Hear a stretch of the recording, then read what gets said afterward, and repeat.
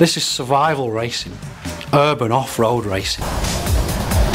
The party at the end of the world. This is as rough and rugged as any previous Motorstorm, if not more so.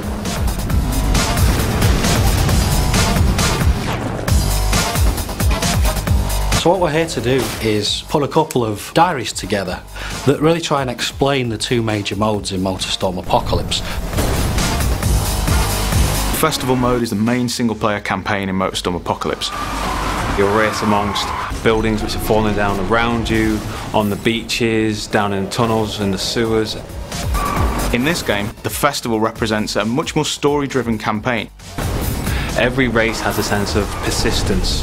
You go from track to track, and whatever happens in the last race will follow over into the next race. What we've got in Festival are 3 different difficulty levels. They're each driven by a different character. A rookie character, a guy we call the pro, and Big Dog, the veteran. And you race as every character. You don't pick one of them. We've created much more accessible races in the start, and then much more challenging races at the end for the hardcore. So Festival mode, we're aiming for probably around 7 to 8 hours of gameplay for a player that's familiar perhaps with racing games. But of course, there's much reason to go back and replay for the festival, because now we have a lot of unlocks and hidden items actually to find within the festival mode. I mean, we're aiming for somewhere in the region of 40 bespoke races, and that's more than we've ever had in the series before.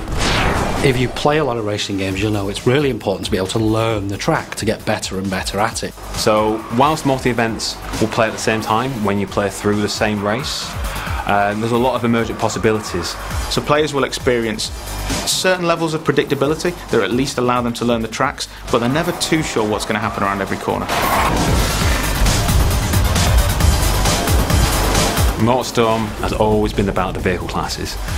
We've now got 13 in total, which are 5 new vehicle classes. So you've got all the existing vehicles from the previous games, monster trucks, big rigs, buggies, bikes, etc., which all bring their unique style and handling abilities to the game. We're now introducing vehicles which are a bit more suited to the city. So vehicles like supercars, superbikes, choppers, muscle cars, and even super minis, more European style hot hatches. So they're all present in the game, but they've all been given the Motorstorm treatment. We noticed there was a lot of enthusiasm for taking the game into a city, but we really didn't want to do Motorstorm does urban racing. We wanted to do more than that and be more exciting. You're driving down the sides of skyscrapers, jumping from rooftop to rooftop, going down into the sewers, onto the train lines. This is as rough and rugged as any previous Motorstorm, if not more so. Because we've got all these different vehicle types and different parts of the city that we've created to use, there's a very different feeling between racing, say, a muscle car around the streets of downtown and racing a buggy down through the beaches and the parks. We made a very deliberate choice to give the player, or hand-pick the player, a vehicle for every race within the festival. And the reason being is that we can then tailor the grids, the AI that you're playing against, around that vehicle choice. For example, one of the races may feature the player on the bike, but then every other AI competitor has a big rig, and their objective is to just take you out. So you have to survive this race more than anything else. We've been somewhat famous, I think, in gaming circles for our soundtrack. This time around, we've gone for a completely different approach. We've got one of the world's leading movie composers, Klaus Badelt, who, for example, did the Pirates of the Caribbean soundtrack, and he's created 4 amazing pieces of music.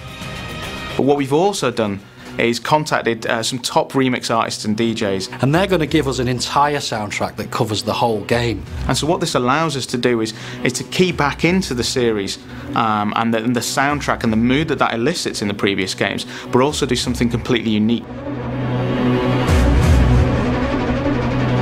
We used to get a lot of emails from people who really wanted nighttime racing. The old mantra was race by day, party by night. The truth of the matter was a little bit more mundane, and that was it was actually quite difficult to develop night races with the technology we had. And what we've decided to do this time around is make sure that it's race and party, day and night.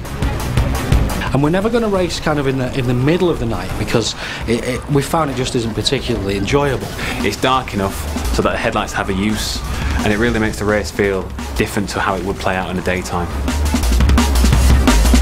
We've added life to the city in the form of a private military contractor and a bunch of crazy looters. You can run these guys over, some of them will attach themselves onto your car, the military will start firing rockets at you. They've got a huge arsenal of tanks and helicopter gunships to try and disrupt your race and to try and get you to turn around and head back out in the city.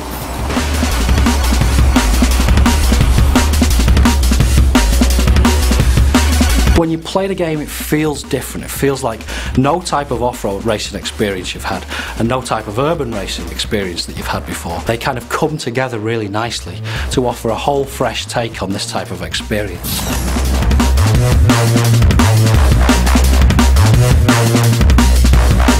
We're now saying it's racing and partying. 48 hours of insanity before everybody has to get the hell out of the city.